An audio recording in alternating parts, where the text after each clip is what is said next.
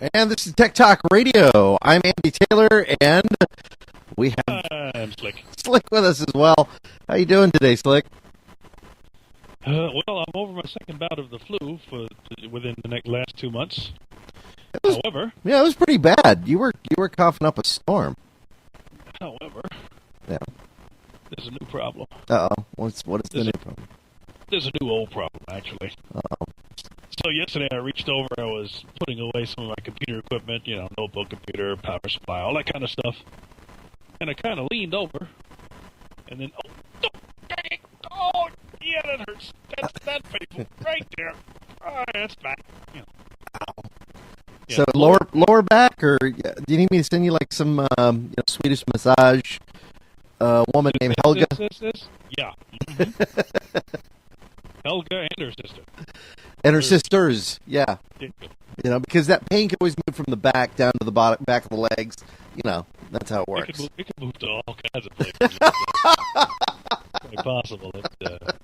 I'm just saying, it's possible. That's what I'm saying. Oh, boy. I don't know if you know, I know you know this, but some of our regular visitors may not know that this week we were paid a visit by Jim Berry from the CEA, Consumer Electronics Association. He does tours where he goes to cities and he tries to get on as many media outlets as possible, which you can't blame the guy. I mean, that's what he does. He shows stuff for the Consumer Electronics Association, and that's what he was trying to do this week. And I know he got on Jim Parisi's show. I'm pretty sure he got on a couple of other radio shows here in the market. He did my show on. Let's see, he came to town on Tuesday, did my show on Wednesday with a call-in. But he came to the house and showed off a bunch of stuff. But I don't know what it was, but the camera we were using for him was just awful. It was really bad. And so it was very blotchy, and I was a little disappointed in that. But when we shot him showing off some of the products, we just turned my camera around on him, which was a better camera, and I think it captured it. I just have to put that up on the website. We haven't had a chance to do that yet. Well, along with photos of some of the stuff he showed. But he brought the Samsung Galaxy Tab, which was cool. We've seen that. But he brought something from ViewSonic. And I don't know if you saw this. It's a 10-inch tablet with the Android and Microsoft operating system. Not the mobile platform, but the Microsoft Windows 7 and an Android platform on it as well. And, God, it was sweet looking, really nice looking. He had a portable speaker that worked really good. It was about this big and put out a lot of sound. And then some goggles that had a camera in it, which you looked at in the blog post, which we talked about last week, which are really cool. But these goggles are like skier goggles or motorcycle goggles, and they've got an HD camera in it. So, you're cruising along on your motorcycle, and then or skiing down a hill, then you take them off, you download the video, and you've got, a capture of your trip. Especially if imagine if you're on a motorcycle and you're going through Mount Rushmore. You're out in Sturgis or whatever. I mean, that's a lot of fun. Or, like the other night when I hit a coyote on the car. If I was on a bike, I could have been wearing that and then captured that moment like it didn't capture it in my head. So. You hit the coyote, right? You're okay with the car. I was just trying to make sure that you said you did hit the coyote with the car as opposed to the bike, the motorcycle. Oh, God, I don't think I would have... Well, I don't know. I don't think I would have survived. I would have certainly lost the motorcycle. I mean, because he wasn't going anywhere. He just stopped. It was almost like the coyote, who was known as the trickster in Native American. I've been learning all about this. Just stopped. He was running, and I don't know... And it's like, but he stopped with his back to me.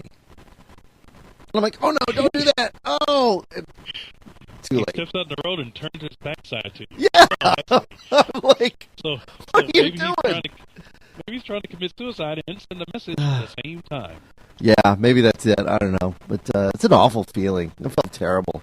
And then, he did some damage to the car, too. So I'm working with the insurance company, and I'm going through a rigmarole with It's Progressive, who I pay my insurance through, because my insurance had lapsed on the 31st.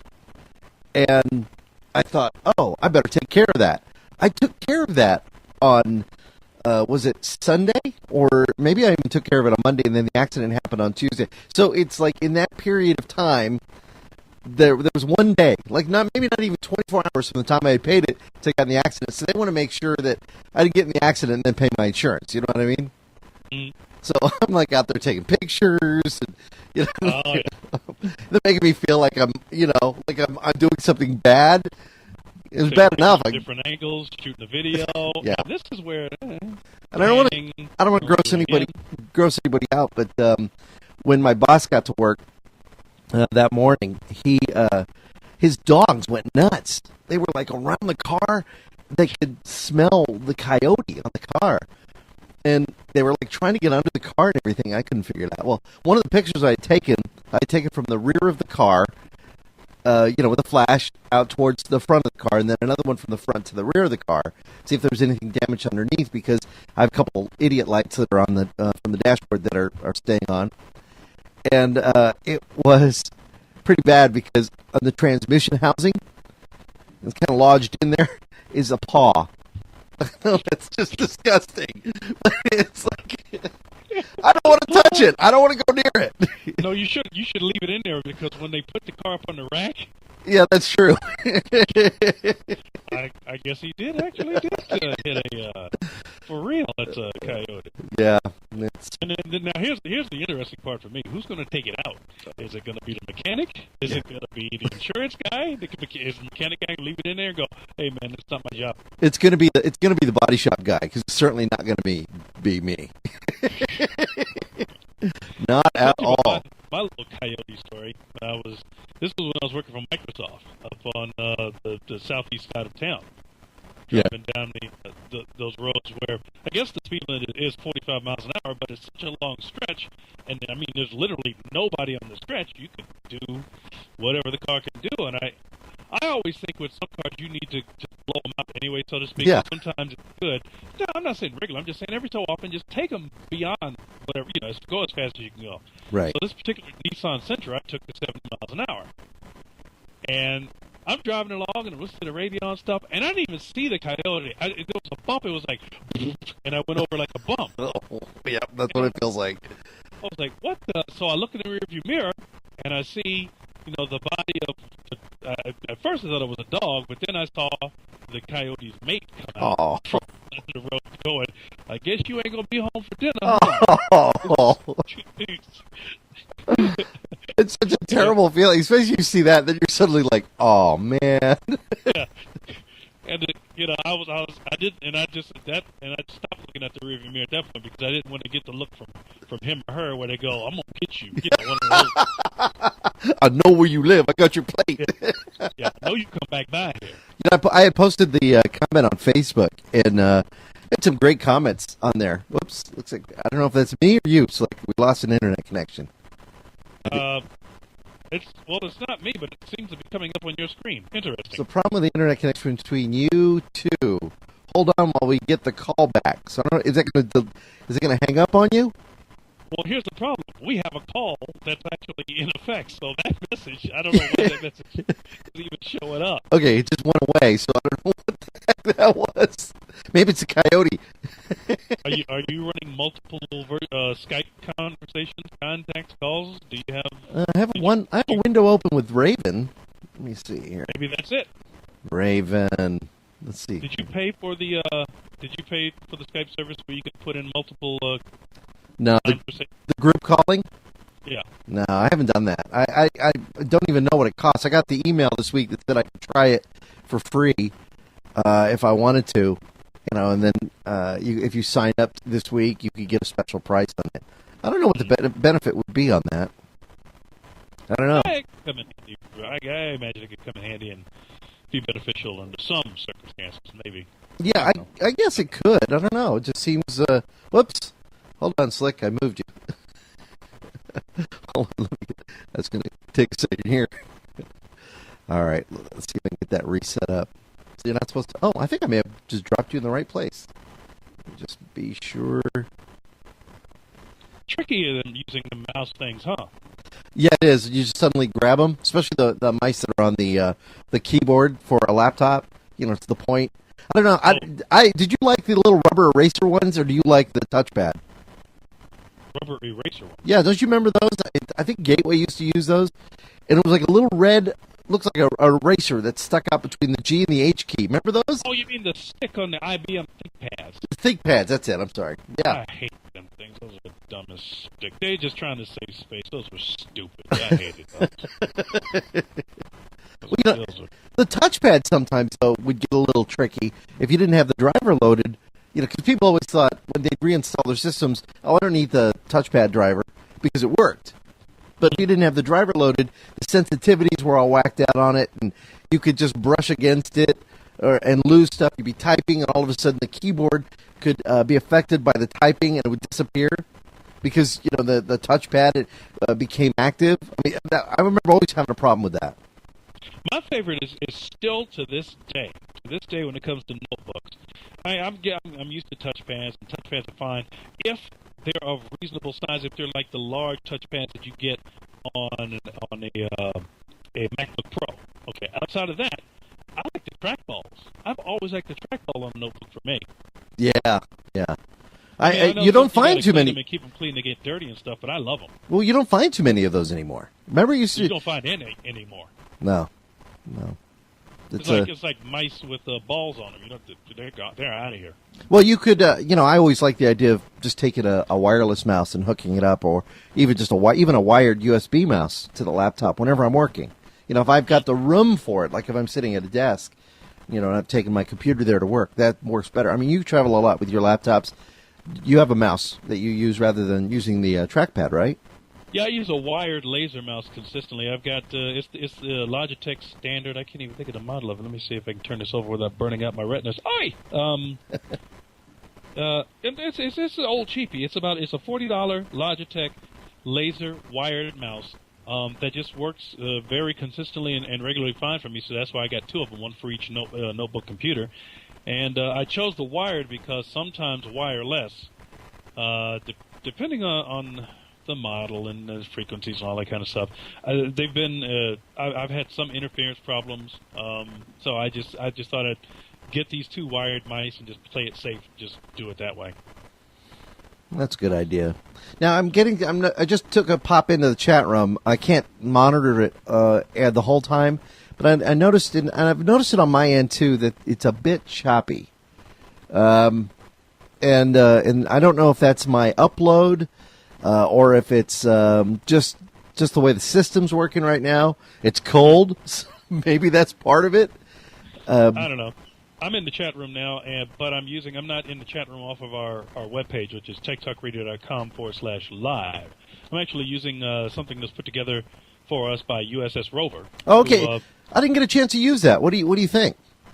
I like it, but before we talk about it more and then release it to the public, I want to try some other things with it because it looks fine. What he did was he created a folder in scripting and all kinds of stuff where on one page we have you have the window for the show, and the chat window is right beside it. And the way to get to it is you just launch and I think it's a index.html file, which then accesses all the stuff you put together in the folder. And it just comes up great, and it's fine. It's just that I want to try one, maybe two other tests, and then I guess I probably should get his blessing too before we release it to the public. But, yeah, it works fine. Are we ever going to be able to customize it and everything? Because I like the one that Mike did for us, and I kind of like it at the bottom. But you think it looks better on the side? I like it side by side. For me, yeah. it works better side by side as the co-host and participating in the program. Now, I don't know if I were just watching the show. I don't know. It's relatively easy and simple for me just to go straight to TechtalkRadio.com/live. Right. But if I had time to set up, if I'm early, and then why not go ahead and launch the program? Well, cool. I'll have to check that out. I've not had time to pretty much blow my nose, so that's kind of where I'm at with that. We do want to give you time to do that. Thank you. Yes. Hey, let me jump back to that mask you were telling me about. Yeah. Goggle with the camera. So, do you have a make and a model on that, or what's the deal? He mentioned it in the video, and I wasn't writing stuff down. I was just looking and drooling in awe. But it's a relatively new company that's doing it, from what I understand. So I certainly go back over the video and watch some of that. And we're going to post that as well. So especially the stuff where he was showing the different products. So we'll do that so that way you get a better look at it. Plus, I took some still photos as well. Because that would be kind of cool for you to try and compare with the helmet cam that you looked at to see which has maybe a better pickup, better resolution. Yeah. Now, with the helmet cam, I kind of played with a little bit around here. But I think it'll probably be best because, like I said in my review, it's not that I'm taking anything away from it. It's just that I expected a flat view as opposed to a 170 degrees kind of a sports view, which is fine. It's just that that's not the experience I was looking for. Right. So what I was thinking was eventually at some point we're going to get it over to you so you can either bolt it to the car or connect it to a helmet or whatever, however you're going to work it out there. Well, what I was thinking, it'd be kind of cool if the show gets picked up, but I'm sure they have like professional stuff like that. It'd be fun just to take a bike out and strap this thing on. How big is it? I mean, can you tell? It's about if you do this with your fingers, it's about that big. That's it? Yeah, that's it. I think I put the dimensions in the blog. Yeah. But yes, I mean it's not very large at all. Very light, very small. Very light. Yeah, that'd be cool because that'd be fun to see if we could get some footage that could actually be used for the show. Because they use all kinds of stuff. That would be kind of neat. So I don't know. Just wait and see what happens with that. Yeah, it's gonna look better. The video is going to look better in action. If you had it on a helmet and were skiing or skateboarding or whatever, or had it in front of a car or on a helmet and riding a motorcycle, it's going to look better that way than what I was doing, which is I have a hard hat I just have a hard hat just because I want to have one. So I had a hard hat and used the straps to put it on the hard hat, and then you used it a little bit around, and it's just not the same. It's not the same as being. It's an outdoorsy. The camera was designed for outdoor video. And that's what it should be used for. Yeah, not indoor. Do you ever wear that hard hat like around the mall and freak people out? Yeah. Me, I like playing dress up, so I'll put on a hard hat and a vest and like a tool belt and a little butt crack going on in the back and go. So I'm looking for a Sue. Yeah, you Sue? You sure you're not Sue? You look like Sue. My clipboard here says you might be Sue. You're not Sue. Do you know Sue? Have you ever heard of Sue? It's just why not? Making people uncomfortable. It's always the best thing, right?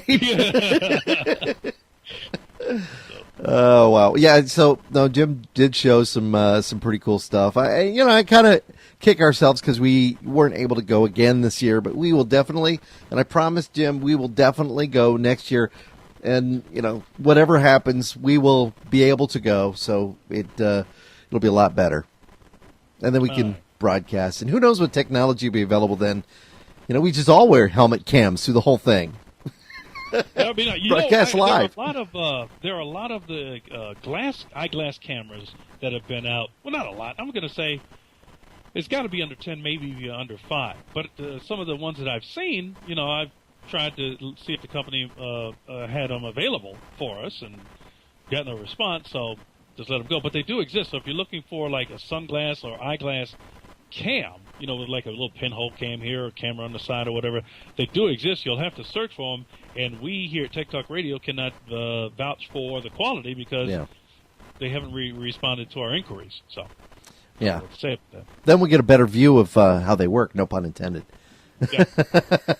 I got my. Did you get any good reading material over the past couple of weeks? No, not really. And that's it's been frustrating because I haven't been able to sit in front of the computer, to take a look and see what was out there and what were some of the things that were coming out.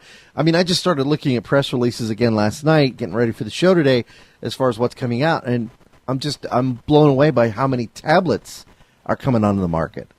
It's like suddenly everybody said, "Oh, let's do a tablet." And they're doing tablets, and they're all pricing around between $350 and $700. So they're making some money. Yeah, I was just curious because I got my Network World. I have a subscription to Network World. There's your little plug, folks. Feeks. And there was an article in here which is also available on their website if you go to networkworld.com. It is well, I don't know if I have the title in front of me here, but they're talking about the Google Chrome CR48 netbook, or whatever you want to call it, netbook, notebook, whatever. Right. And they posted some likes and dislikes about it. And since it appears that we're not going to get a opportunity ahead of some other people to get one and try it out, I took a peek at this article and found some things that we really seriously should consider. Now, keep in mind these things could change. Come when they release the netbook and notebook to the public, the CR48. Could be better, could be worse, whatever. But I found some interesting things that I thought we should cover about at least the network world experience with the Google Chrome Notebook Netbook CR48. For example, they don't like that once you're signed in, you're committed. Meaning that on a brand new CR48, it kind of bonds to the first person who claims ownership of it. So if I got one in and I used it, and because it'll ask you'll have to log in and that kind of thing. I can't just hand it for you to use. Really? It's not like Windows where you have user profiles and all that kind of stuff. Wow. Now I heard through another source on the internet, some other article that said that there's probably like a guest account available. So if you boot it up, you'd see Slick, and then it may be guest, and you could use guest, but the guest won't hold. It's only going to hold one account. So you're locked into that. They don't like, and Network World doesn't like, that you can't play media files. Apparently, you can't play media files of any sense. Now, that's not to say that you can't stream. You just can't play files off the computer. So how about off a flash drive? No. Wow, that's kind of crazy. No, because one of the things they mentioned that they don't like is no USB and SD card support. It comes with SD flash memory slot, but the Chrome operating system does not allow you to access the contents of an SD card that you put in that slot. Same is true if you plug a USB flash memory stick into its USB port. Do you think that's possible because they don't want people to wipe the OS that's in there and maybe replicate it or put something else on there? Could be. That's what I'm saying. Maybe this is something that'll change if at this point. I'm going to say when because I just don't know if it'll be released this year anymore. Now with all these don't likes that they had to the public, maybe they'll make some changes to it for public release, but who knows?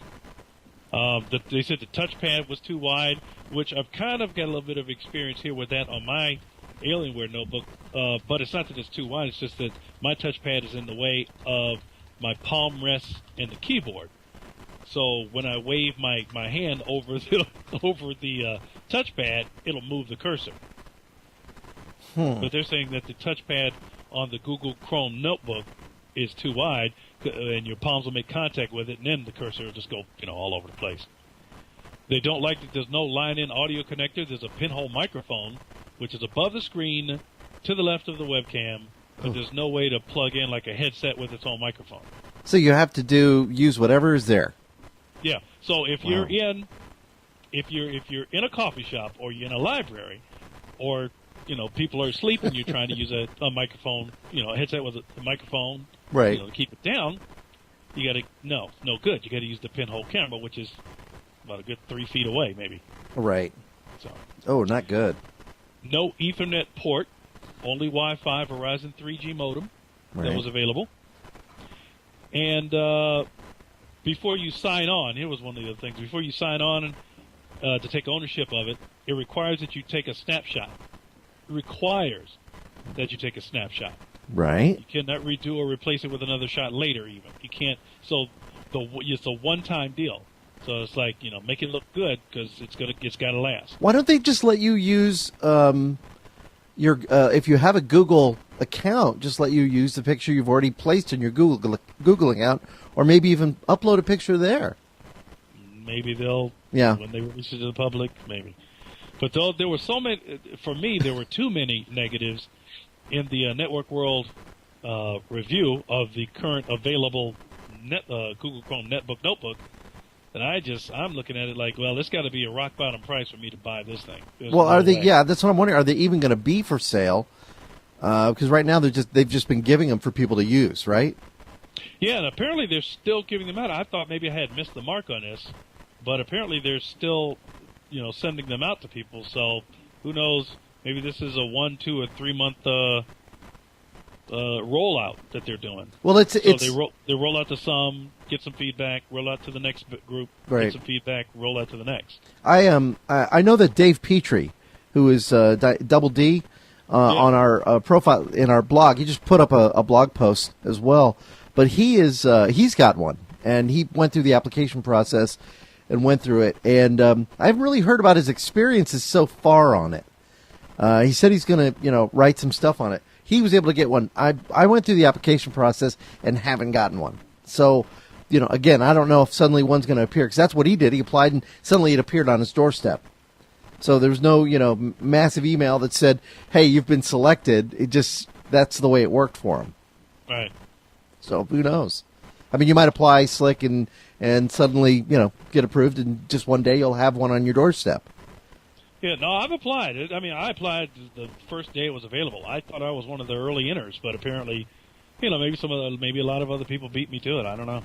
Well, one thing I don't understand is, are they going to? They're going to let the people keep these, obviously, but are they taking information from them?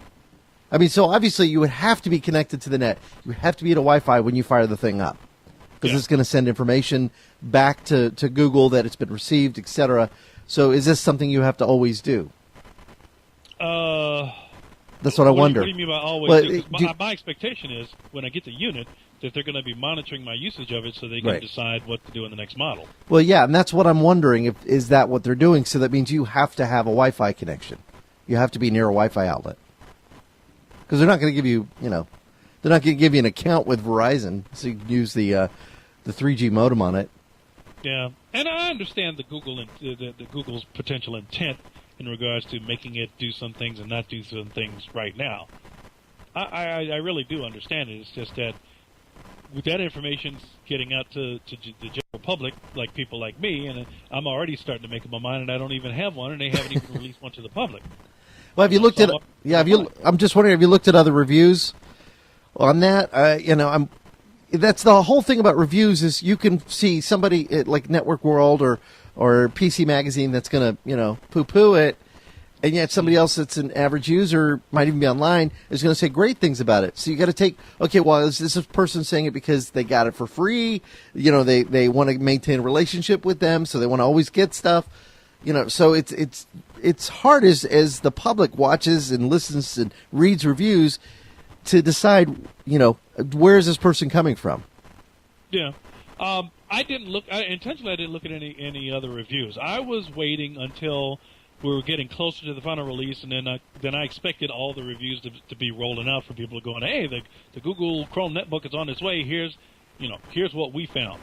Right. And I just happened to stumble across the Network World one today. I don't think it's in the latest print edition of it, but I just happened to stumble across it, and I'll admit up front that I was focusing on mostly the negatives, because I looked at some of the positives and went, I expect that. Yeah. I expect that. I expect that. Yeah, exactly. It's like when they try and sell a car on TV. It has 4 tires. Yeah. Wow. It should, Actually, I'd like it to have 5. Purchase those extras? Yeah. Oh, that's true. That's true. I don't like them little dinky tires. But yeah, again, it's there's only so much they can throw into it, but it better have what we expect out of it, and then we'd like a little more. It seems like they've really stripped this down to the bare minimum. And yeah, I mean, there's without audio ports, without USB, accessible USB, obviously, you want the ability to have extra storage, but if they're worried about you wiping the drive out, then obviously, you think, well, who knows? But again, maybe in a release version where you're buying it, you're going to have those capabilities. Yeah. I don't know, it just, when I look at what their commentaries on it are versus like even current netbooks, I'll go to a netbook because I've seen a friend of mine's got a killer netbook that for the price it was amazing. I'm just amazed at all the computer he got, for it being classified as a netbook. It really looks like just a small notebook, but it's it's classified as a netbook. Is it an Asus or an MSI, or is it something else? I don't even remember what he got. Let me think. It's a Gateway. It was a Gateway. Gateway, really? Mm-hmm. Wow. Yeah, because I was surprised he had two gateways. He has a gateway notebook, and then I noticed that the netbook also was a gateway. But I mean, it's great. I mean, the keys are not too small. It's not too large. You know, it's not like a small netbook. It was, I don't know, what, 13, 14 inches, but like a large 13, 14 inch netbook. Well, do you remember those ones we saw at the Dell Suite a couple years ago? I mean, those were perfect size. They were 13-inch. I thought it was a perfect size for something small. You want to put it in a briefcase. You want to put it in a carrying bag. I mean, you can't go wrong with that. Yeah. I've never told, and I know some others poo-poo netbooks, but I say, don't write them off totally. If a netbook is too much, if a notebook is too much, consider a netbook, right? Because there's all kinds of netbooks out there. And I hope netbooks don't go away. They're talking about because of the tablets. Yeah. Tablets, everything is tablet now. I think there's room for everything. I think there's room for tablets. I think there's room for netbooks, and I think there's room for notebooks. Would you, at this point, adopt a tablet, considering, I mean, the prices are a little higher, but now they seem to be able to do a little more, and they're making the ads flashier. Somebody asked me the other day, is it a productive tool? And I said, no, I believe it's an entertainment-type device. I believe it's like an iPod. It's fun. I can't see tablets as being a tool you would use to be productive. And probably it depends on how you're using them. Because we've used the ultra heavy thick tablet, and we've been able to, and that's used in law enforcement and medical and military. But a tablet like the Galaxy or the iPad, would that be considered, a productivity tool? It could be for me, but not the iPad, because my expectations are based off of my experience with the iPod Touch. I expect, unless things are different, the iPad to be as limited in regards to working with Windows as the iPod Touch was. So if that's the case, not interested. In the case of the Samsung Galaxy Tab, I am interested because I liked what I saw. Right. And I'm looking forward to, I think it's next month. I'm looking forward to next month. Come on, HP. Come on, HP. Come on, HP. HP's talking about, there's rumor that HP could be releasing a tablet based on the old Palm operating system, and me being a PDA freak, Palm TX, Palm Life Drive, I'm looking forward to it. I hope it's the truth, because I need that HP Palm tablet to be released so I can sync it up with all my old data from my Palm TX, my Palm Life Drive, and use it like my glorified PDA, and just run out the door with it and have all my contacts and my calendar and my notes and my to-do, all that stuff on it. Nice. Come on, HP. I'm praying. I'm just praying. Just that's the whole thing we want. Why you like one laptop over another, you like one tablet over another. It's what do they put in? And I've not found one yet that does everything for me. I mean, I love my laptop, but it has been through hell and back. It actually looks like the front of my car now that I think about it. Missing parts on the front.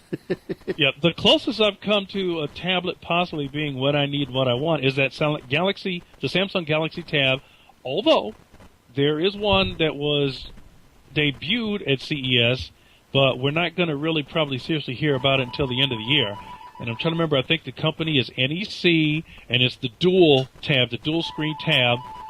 That could, for me, be something. I think we got Raven calling in. Raven? This is Raven. Raven! Everybody say hi to Raven. Hey, Raven. Hi, Raven. Hi, guys. All right, now, Raven, I wanted to get Raven on because I wanted Raven to tell us a little bit about some of the BS that she's been going through this morning, trying to get tickets to Comic-Con. I'm still clicking. I've been clicking since 8:59, 8:58, trying to refresh. I know that about 5 people, I'm on Facebook, I'm on Twitter, I'm using all the social media to get tips. We've pretty much exhausted about, I have like 6 or 7 friends that are all online. We're all trying to refresh. Whatever the services that they're using, I guess, it keeps popping up that they're currently over capacity. Oh, my God. So we keep having to refresh. I've got like a rhythm down.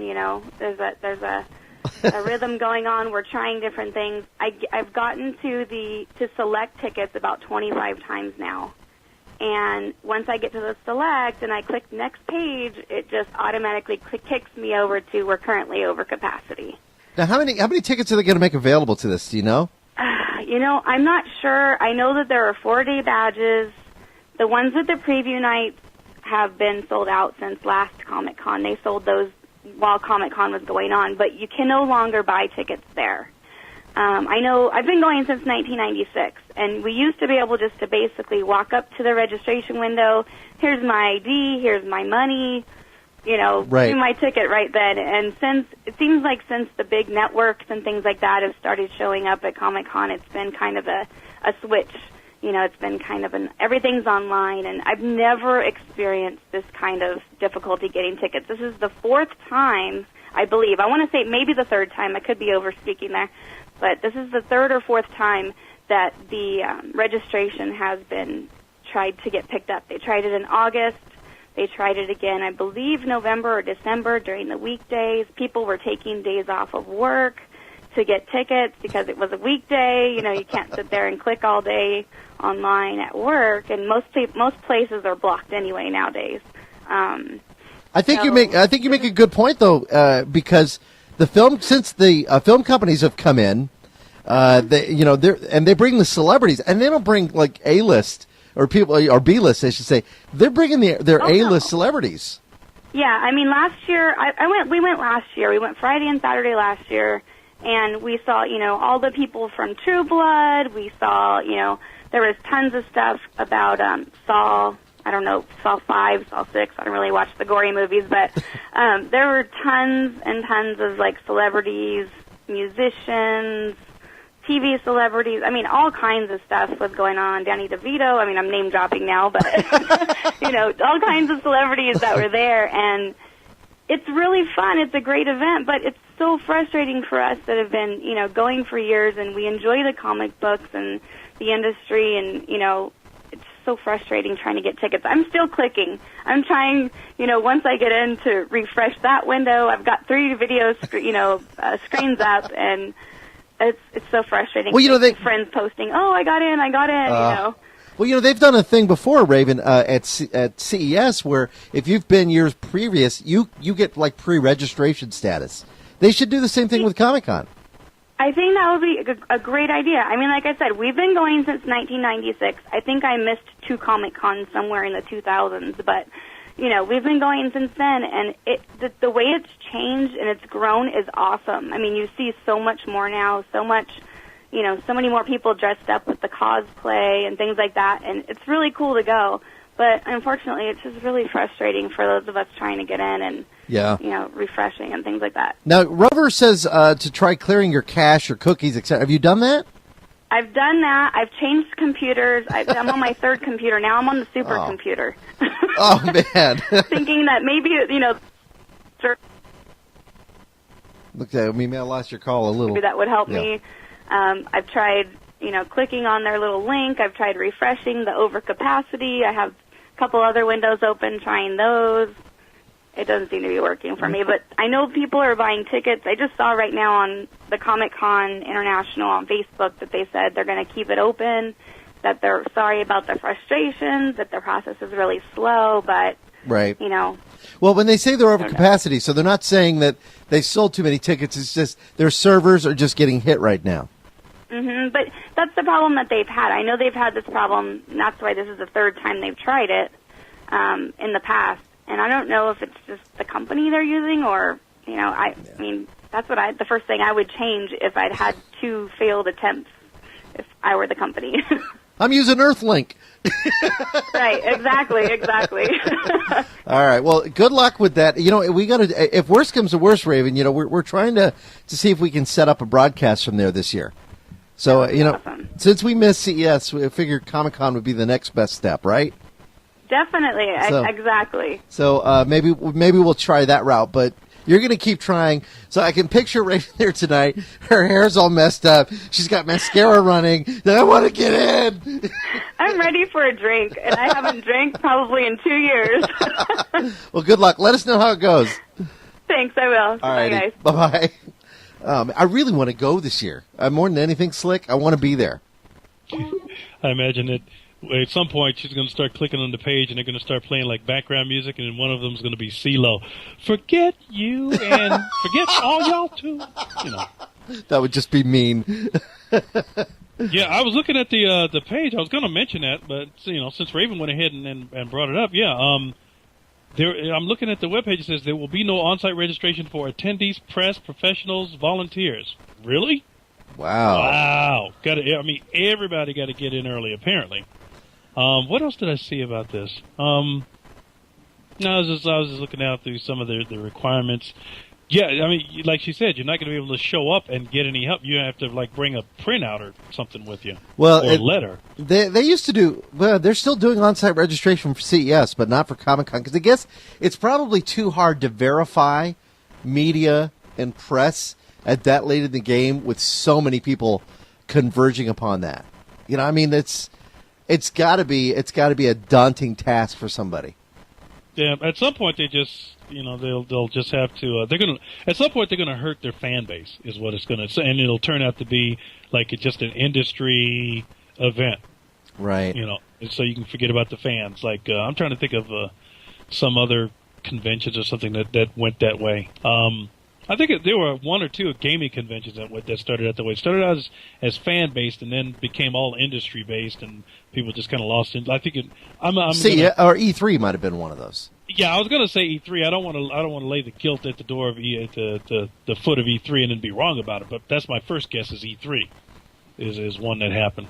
Right. I'm on their webpage right now. It's comic-con.org. Yeah. And I'm looking at a 4-day pass for that, and it was sold out in 2010. With preview night is sold out. Okay, so it's just saying that's already sold out. With preview. Right. Without the preview night, it's $105 for a 4-day. So, and $52 for a junior admission. So, like Slick, if everybody from the show was going, it'd be $210. Well, no, because you got to bring Gloria, got to bring. I'm sure there's kids that wouldn't want to go. It's going to be crazy. Wow. I ain't bringing none of my kids. When I go to Comic-Con, I'm going for me. They get it. They get everything else throughout the year. Comic-Con is for me. Oh man, why has it become so popular? It's probably become popular again because Hollywood has taken such a big pie in it. They've talked about it on Big Bang Theory.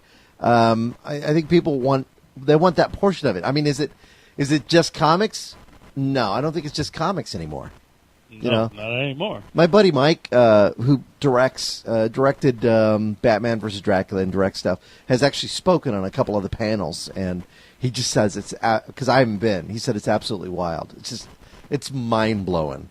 You think because we used to go to science fiction conventions in the 80s, and he said you thought science fiction conventions in the 80s were wild. This blows them all away.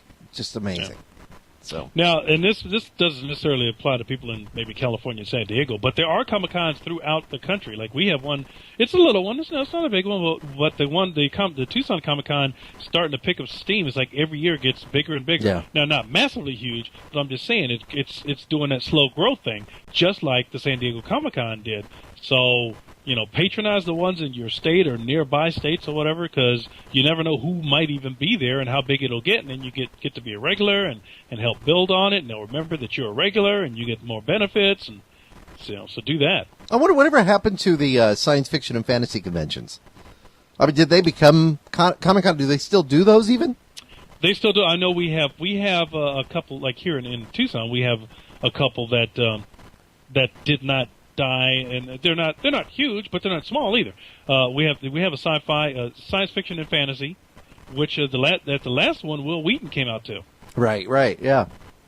Then there's the something I'm kind of getting into, only because I like to take old stuff and use it until it just doesn't exist anymore. Steampunk conventions. Steampunk? What's that? What is steampunk? Steampunk? Yeah, what is that?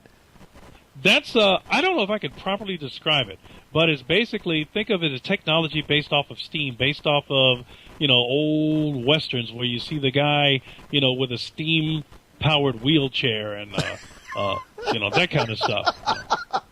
That's kind of cool. Yeah, do a search for steampunk and then look at some of the images that are pulled up when you do a search on that word. I think it's kind of neat. I mean, it's some copper, some leather. Right. That's kind of like I was invited to a fur convention, and I thought, what is that? So I didn't go because I'm not into collecting furs, and so yeah, kind of strange. No, wait. Let me make sure. Was it a fur convention or a furry convention? Furry, yeah. But and I'm not into collecting furs, like you know. Okay. So are you familiar with what the term furry refers to? I would think rugs? Negative. Okay, let's just say that it's probably a term only adults should be searching. Look it up. I'm not saying it's completely bad. It's just that it leans toward adult tastes. Oh, really? Yes. I was just going to get Gloria a rug, but I guess maybe I'm not. It's similar to cosplay for adults in relating mostly to dressing up as some type of an animal, whether it be a fox or a dog or a rabbit or whatever. Coyote. Yeah. Full circle. Coyote. Full circle. Coyote, roadrunner, whichever way you want to go with that.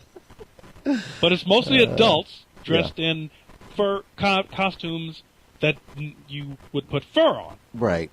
Okay. Well, thank you. That's a bit of an education. Yeah. I don't think I'm going still. It's cosplay. It's just a certain type of cosplay. Costume.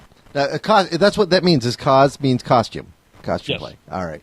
Yeah, because I remember one year I'd gone to the science fiction fantasy convention, and it was right after Dawn of the Dead was out, and it was pretty big. And I dressed as Steve, the pilot. Yellow shirt, gaping hole in the neck. Had a little pump so I could pump blood out of the hole. It was kind of cool. And I got home and I forgot my keys. And so I'm knocking on the door. Nobody's answering. So I go to my window. It won't open. True story. I go to my sister's window and it opened. So I open up the window, take the screen off, and I'm trying to be as quiet as possible. And my sister Debbie, who's no longer with us, she bolts right up out of bed, looks at me. I'm like a zombie coming in through her window with, like dead, gaping hole. And she slept with her light on, so she could certainly see me. And she lets out this blood-curdling scream. And I'm like, Debbie, no, it's me. And apparently my mom and dad in the other room heard the scream. And my mom and dad both lied there. You go see what it is. I'm not going. No, you go. Wow. I loved it. So I guess you got caught that night, huh? Yeah, I did. I got caught coming in the window as a zombie that night. Those were fun to go to, though. I really liked them. I don't think I've only I've been to one party, so to speak, where I was dressed as something or somebody. I've never really been. I don't remember even doing this in my youth, being into wearing a costume, but for sure, like Halloween, I'm just not interested in putting on. Just doing it. But the one I went to was our local newspaper here is the Arizona Daily Star, and our political cartoonist, his name is Dave Fitzsimmons. Oh, Dave is great. Yeah, I like Dave. Love him. Yeah. Well, he made the mistake one year of inviting me to one of his Halloween parties, and he invited me and my mother. So we showed up in costume, and she was dressed really nice. She was dressed as a pimp. Your mom was dressed as a pimp? My mom was dressed as a pimp. And how are you dressed? Oh, let's just say my costume accentuated hers. You were her trick. Yeah. So how did that work? Actually, but it was a great party, so it worked out well. But yeah, that's funny. Yeah, Rayvencure in the chat room says, "Oh yes, that one night, that one time only. I needed the money. I was young and needed the money," as they say. What do you think is going to be the big costume this year? This year? This year wasn't last year. Yeah. I mean, what was? You know what could be? Justin Bieber was the big one last year with the haircuts. Was it? I was going to say last year. I was trying to roll back in my head about caricatures. Last year, I would say Iron Man was on top, and Spider-Man still probably up there. This year, because of the releases I know that are coming out and that are out, right? I'm going to make some predictions. Okay. the Green Hornet's probably not a bad idea. That's not bad, yeah. Captain America, if that movie gets released this year, that's probably going to be, which I assume it is, right? Right, I think so, yeah. Either Captain America or the Avengers. Either way, I think Cap is in it, so that's going to be one. Thor, yeah, Rayvencure in the chat room says Thor, yeah, probably. Yeah. Probably Thor. I'm trying to think of some other Avenger. Now, what's the green and yellow and red robot that's on the Avengers? He could probably be one. The Vision. Yeah. The Vision. I saw a lot of Transformers this year. A lot of, the kids wearing the Transformer masks. This past October. I guess for a kid it could be all right. Yeah. All right. Rayvencure in the chat room came up with a great idea. The Cape. Now I do like the Cape show, but I don't know if it's getting enough traction.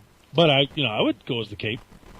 Yeah, as a matter of fact, NBC gives me interviews for my for the radio show that I do, and they offered me Vinnie Jones the other day. I'm like, wow, that'd be great to talk to Vinnie Jones. The soccer player, and he's I guess he's in the show, or he's going to be in the show, or whatnot. I haven't been watching it.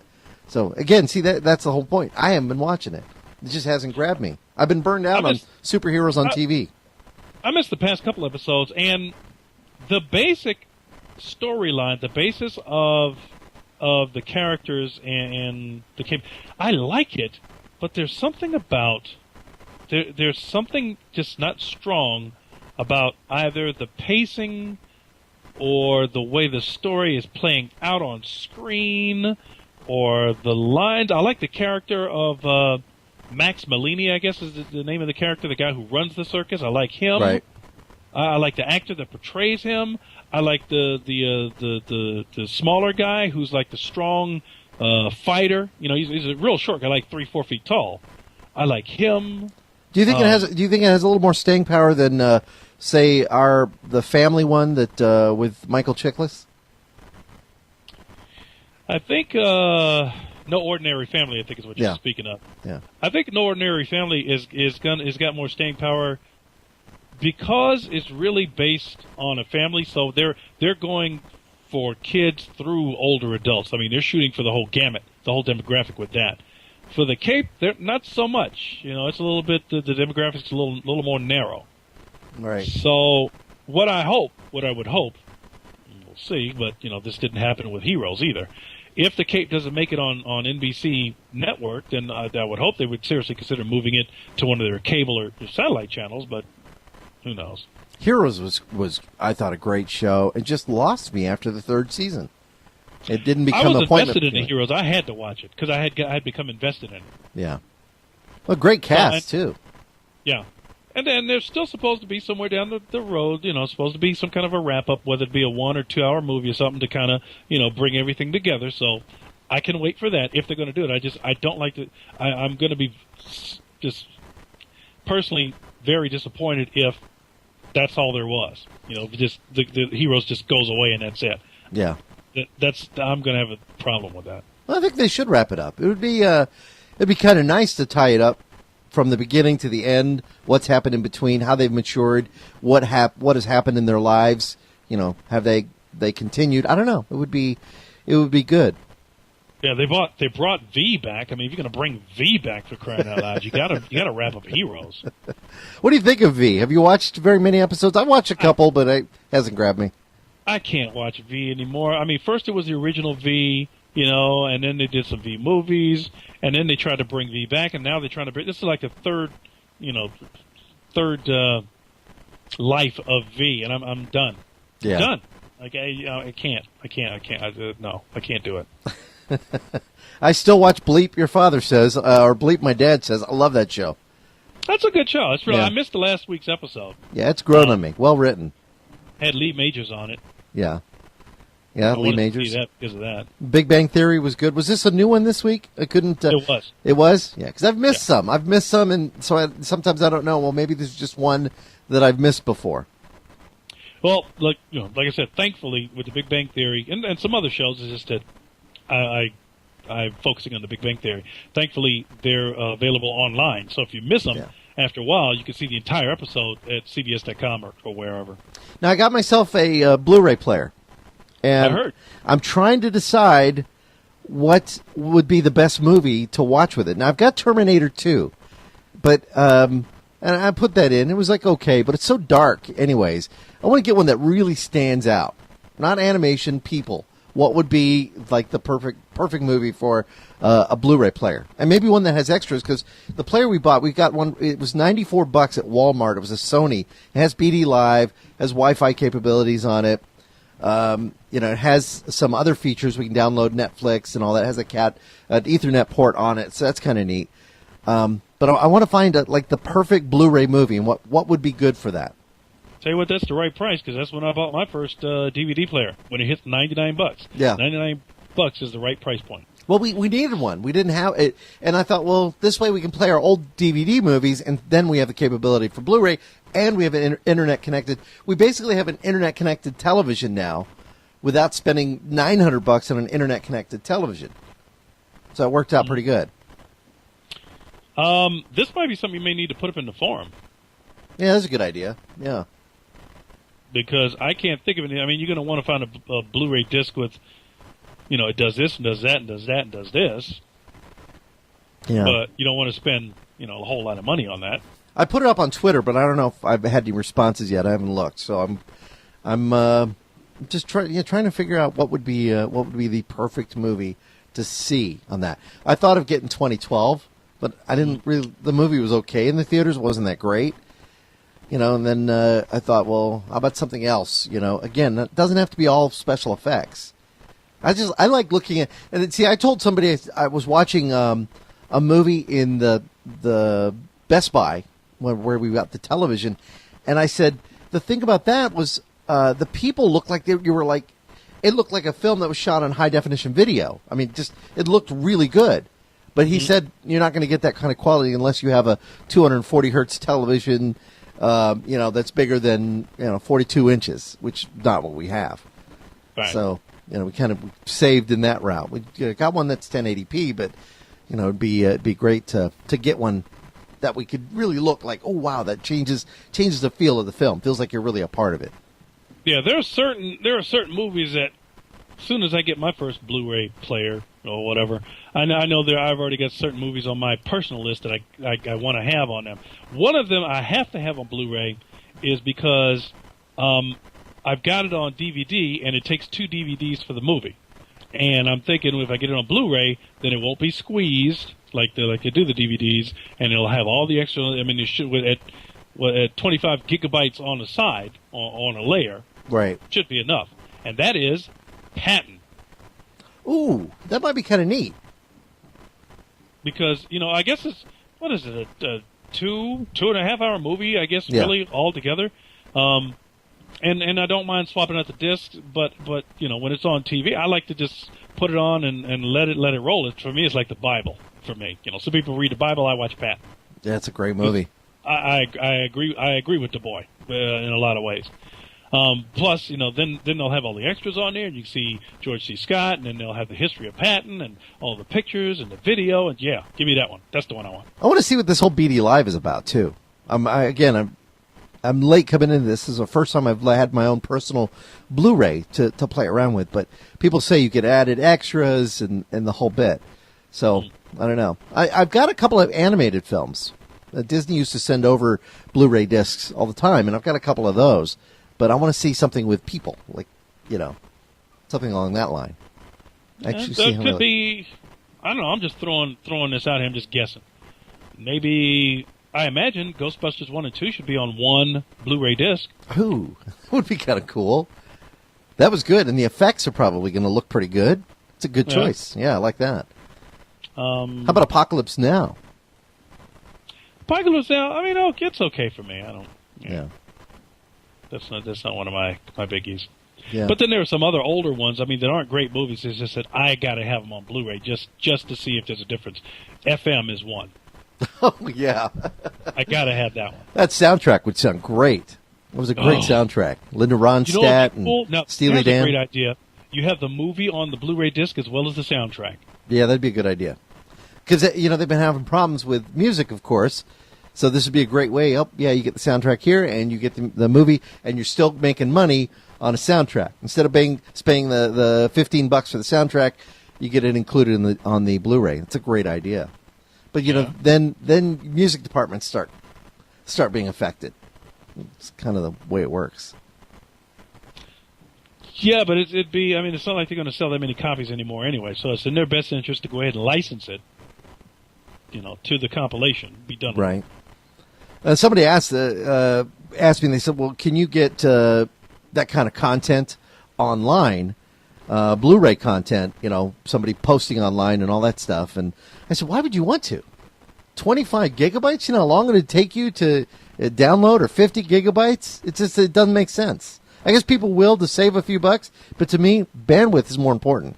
I'd rather go off and spend the money and get the extras, because that's why you get Blu-ray, not just for the movie, I think, but also for some of the extras. Why we got DVDs. I guess it's possible if you got a super fast pipe like the University. It's going to be beyond 3 megabits down. It's going to be beyond that. It's got to be beyond that. It'll be like fiber. Yeah. But then again, more of those companies now are looking at that delivery system. I mean, just on the Blu-ray disc player alone, we have Hulu Plus, Netflix. There's another service. There's a couple of music services on there. They had it was funny because one of the things they included was a Michael Jackson channel, and it allowed you to view all Michael Jackson videos, but they weren't even in HD. Yeah. But, why bother? Yeah, it makes me wish I would have bought I bought Gloria the This Is It video. Now I wish I would have waited and got it on Blu-ray. Crazy. Hey, let me go back to the Network World. Yeah, the current issue of Network World, because there was another article in there. I was looking forward to bringing this up and just seeing what your response is going to be. There's an article. It's the January 24th edition of Network World. The name of the title of the article towards the back in the NetBuzz section by Paul McNamara is called "This Year's 25 Geekiest 25th Anniversaries." Nice.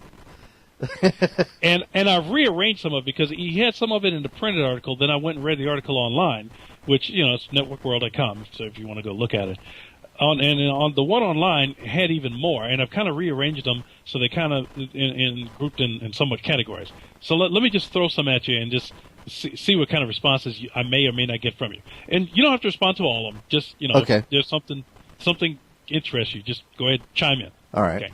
So this is the 25th anniversary of the fact that Unisys is born, forming the world's second largest computer company. Burroughs Corporation acquires Sperry for $4.8 million. Wow. 25th anniversary of the fact that Microsoft goes public. Oh, that's a big one. That's good, yeah. Shares go for $21. Bill Gates becomes one of the world's youngest billionaires. $21 a share. Wow. Yeah. 25th anniversary that IBM ships its first laptop. That's pretty good. IBM PC Convertible. Probably huge. Big Blue's first laptop weighed how much, Andy? 22 pounds. Wow. You must be thinking of the Osborne. We're talking about a laptop, not a portable. Okay, all right. Maybe 13 pounds? Bingo. Yeah. Dead on. Yeah. This is the 25th anniversary that the first PC virus was spread. Michelangelo? No. What was it? Do you know any more virus names, early virus names? Let's see. I remember Michelangelo was the one that people really started paying attention. There was one that began with an S. Can't remember the exact name of it. Now, what was it? I actually had to do the research on this to find it because they just mentioned it and moved on. Okay. Right. The virus, the first PC virus, by the way, came from a couple of Pakistani computer store operators. They spotted it on MS-DOS and the IBM PC. It was called the Creeper virus. Creeper? First detected on ARPANET. Right. Which was the forerunner of the Internet in the 70s. Gained access via ARPANET, copied itself to the remote system with a message, "I'm the Creeper, catch me if you can," was displayed. Now, here's a little bonus maybe. Do you remember what the name of the program was that was created to delete Creeper? I would think it was Semantic. Name of the program. Oh, the program. Yeah. The Creeper Killer? No. No, what was it? No, but it wasn't a bad guess. Yeah. The Creeper was deleted by a program called the Reaper. Oh, that's awesome. That's nice. I like that. Oh, man. That was the first. You remember Michelangelo and how bad that was, though? And I remember Michelangelo now that you mention it, but I don't remember anything else beyond that. And there was another one that began with an S, and I think it was this. I want to say it was the Spooler or the. Oh man, I wish I could remember the name of that. And because I used to go and fix computers, and I remember that one was always a pain in the butt. Although, let me ask you this: when right. you say Michelangelo, are you thinking about the movie Hackers? No, it was really a Michelangelo virus that was floating around, and it was set to launch on his birthday. Wow. Michelangelo, yeah. Not Microangelo. Microangelo works too. This is the 25th anniversary of Listserv. Listserv, okay, yeah, I remember Listserv. Okay. Still used today. Huh? Still used today. Absolutely. Yeah. And for those who don't know, I mean, you can look it up. But Listserv, basically, think of it as email list is what it is, broadcast list. 25th anniversary of IMAP, the Internet Message Access Protocol. Nice. 25th you're anniversary. You're a big fan of IMAP. You like IMAP better than POP, don't you? IMAP. Yo, man, I love IMAP. I just, to me, IMAP is a standard. Why every email service doesn't provide it free, I'll never understand. Yeah. When's your birthday? September. For your birthday, I'll change this to an IMAP. Because we're only POP right now. Oh, we're fine. No, I'm talking about stuff like Yahoo and Live.com and things like that. They should all be IMAP. Yeah. E-filing began 25 years ago. Nice. The first, IRS for your taxes. Right. Oh, 25th anniversary of the Hacker's Manifesto. Oh. Also known as the Conscience of a Hacker. Do you remember what e-zine it was published in? Hackers Quarterly? No. Or the try again. 2600? No, try again. To this day, I still download this e-zine. It's on the tip of my mind. It's still published, isn't it? I believe it is, yes. I still usually go up and download it just the Doctor something. No. No? What is it? FRAC. P-H-R-A-C-K. Right, FRAC. FRAC. All right. This is the 25th anniversary that Spy Magazine debuted, but I don't really remember Spy Magazine. Maybe, I guess it only lasted 12 years, but I kind of remember it, kind of don't. Yeah, I don't remember it either. No. 25th anniversary of Chernobyl. Wow. Yeah. 21st anniversary of the first space station. Oh. I'm sorry. Let me restate that. Let me see. Hang on. Let me back this up. I take it back. 25th anniversary of the launch of Mir space station. Mir. Okay. I gotta set the stage for this. Now, Mir. Tell what happened to Mir. Didn't it? Oh, it burned up, just like most, if not all of the last ones. I think they all burned up at some point. Yeah, they just come back into the Earth's orbit, and didn't that one land in Australia? I think some part of it landed in Australia. But here's the thing I had to do, because I was wondering, I said, well, to myself, when I read this, I said, well, is Mir the first space station? Well, no. This is the 25th anniversary of Mir being launched in 1986. Came back in 2001. Right. But the first space station was Salyut 1 in 1971. 71? They had a space station? Soviet Union. Wow. Technically, it was a space station. Right. So they had Salyut 1, and I mean, the Soviets went from 71 to 86 with 9 different space stations with 9 different names. Some of them military, some of them, some of them designated as civilian. Right. But they had like 9 before we even put Skylab up in 73. Man. Jeez. It's amazing. Now, not all of them worked. Keep this in mind. Not all of them worked because, as I was doing some reading about space stations, some of them went up and then came straight down. Yeah. Some of them went up and they couldn't even get in the front door. Right. One of them, let's see, one of them had, at most, Salyut 6 had 16 crews. And then when we eventually, in 73, we get to Skylab, I didn't remember this. But I thought Skylab was only up from 73 to 74. That's it? I thought it was up a lot longer. Yeah, so did I. I thought that was up like until the first part of the 80s. Now, maybe it came down in the 80s, but between 73 and 74, it only had 3 crews. Right. Wow. So I'm like, I thought there was a lot more going on than really had been. I bet they weren't as nice as what you get now. Oh, no. No, I looked at some of the diagrams of them and stuff like that. I mean, they were just basically, think of it as like, trailers that you hitch, on back of fifth wheels. Right. That's what they were. Double wides in space. Yeah. And you were up there however long you were up there. You weren't up there that long. But now the ones that had the showers in them, of course, they had crews a lot longer. But yeah, the rest of them were like fifth wheels. Get them up? ISS is a little more like that. Yeah. It's got bigger rooms, and you can always add on. It's like a triple wide mobile home. You can always add on to that sucker. Now, will they ever take? I mean, will the ISS ever come down? I wonder. Or do they have ways of keeping it in orbit? Here's what I imagine, just based on the way things are going, the way it was intentionally put together. It could probably stay up for an unlimited amount of time because you can remove and take off sections and send them hurtling into the atmosphere to burn up if you wanted them to, and then send up brand new sections. Got it. So it's like sending it to the junkyard. The car is no good anymore. All right, we'll just get a new car. That's kind of cool. Now, this coming, is it March? Or is it May? It's our final space shuttle mission.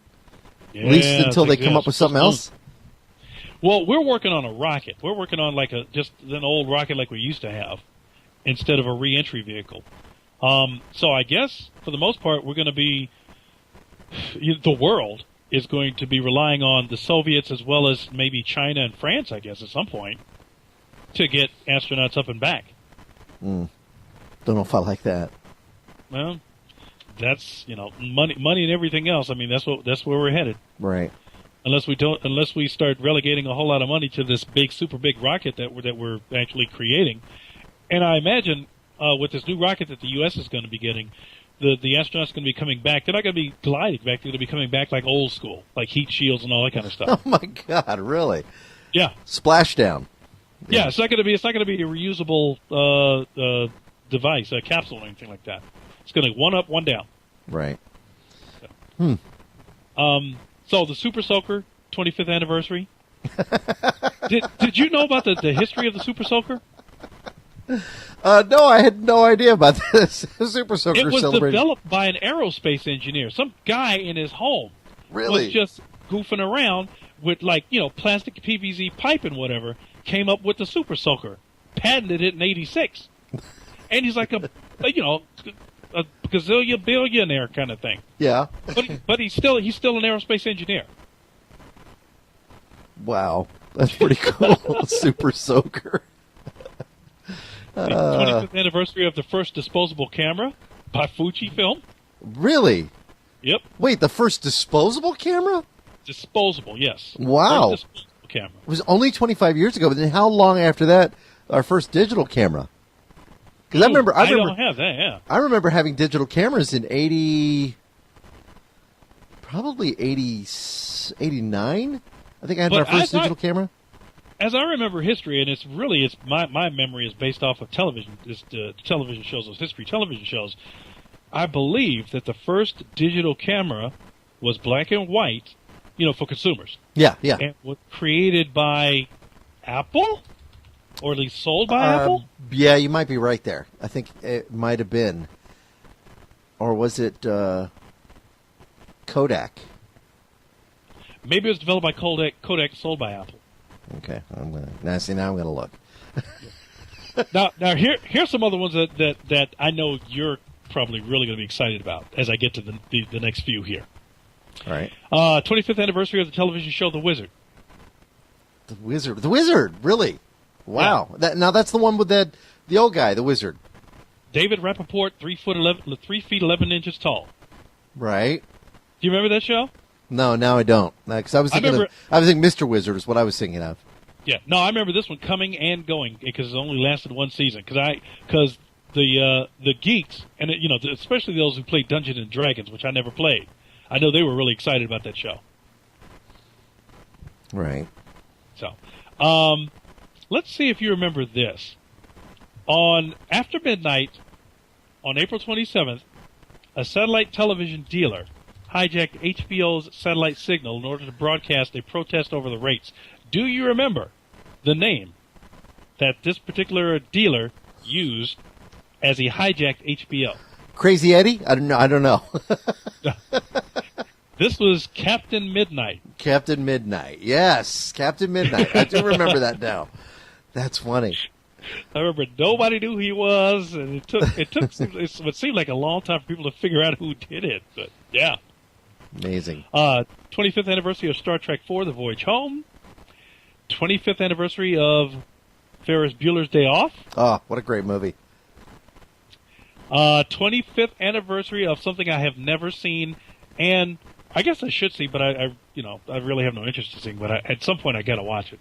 25th anniversary of Captain EO. Oh, Captain EO, the ride at Disneyland. You never went on that? No. It was like a 3D film. I've never went to Disneyland or Disney World, and I have no desire to go to either one. I'm not a big Disney dude. I don't care. Oh, it's pretty neat. The stuff that happens there is pretty cool. As a former employee of the Magic Kingdom. Mm-hmm. Yeah, it's a lot of technology there. It's a lot of fun. Well, they build it as, which I'm not trying to figure this out. They build it as the first 4D movie. So, height, width, depth. And interaction. Really? Yeah. How'd that work? You had people. It's like the Terminator ride at Universal Studios. You actually have live action, 3-dimensional film, and you have all of that going on at the same time. So I think that's where they get the whole 4D from it. And then sound as well. And then there's one last thing that I'm going to mention. And by the way, this is what I'm about to mention. They're rerunning a special on it on CNBC, if you're interested. I keep watching it. I love it.